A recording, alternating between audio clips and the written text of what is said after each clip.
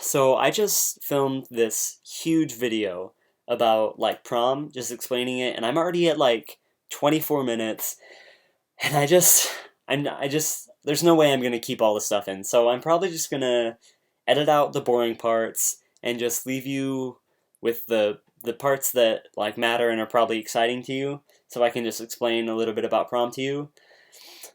So yeah, I have a lot of editing work to do, but I mean, it's worth it to show you guys how prom is. So here's the video. Hi! So prom is coming up, and I know you guys who don't live in the US probably don't know a ton about it, so I thought I'd make a video explaining it. It begins with the boy asking the girl to go with him. This is known as the promposal.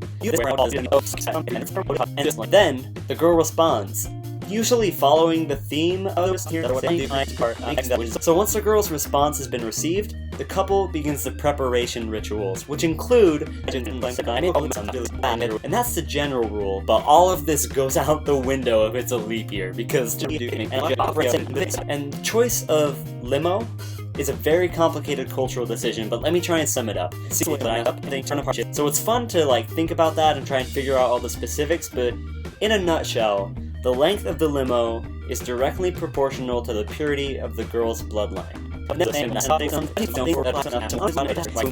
so that brings us to prom relics. Prom relics are a really complicated issue and kind of out of the scope of this video, and there's so many of them. But I've got one here, and maybe I can explain to you a little bit about how it works.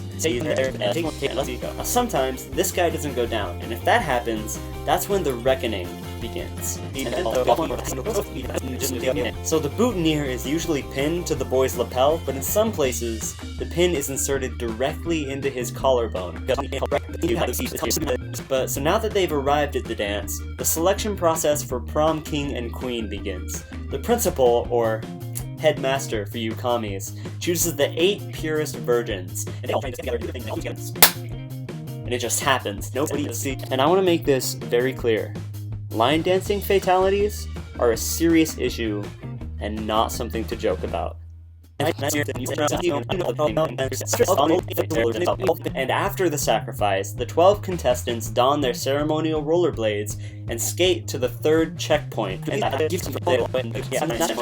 So after the dance, the surviving students hijack a limo and drive home. That about covers it. I hope I've been able to inform you about prom. I know lots of people, you see this stuff in the movies, and it's not how it is in real life. You know, movies about high school prom aren't actually how prom is, but I hope I've been able to inform you, let you know some truth, and Marcus, I will see you tomorrow.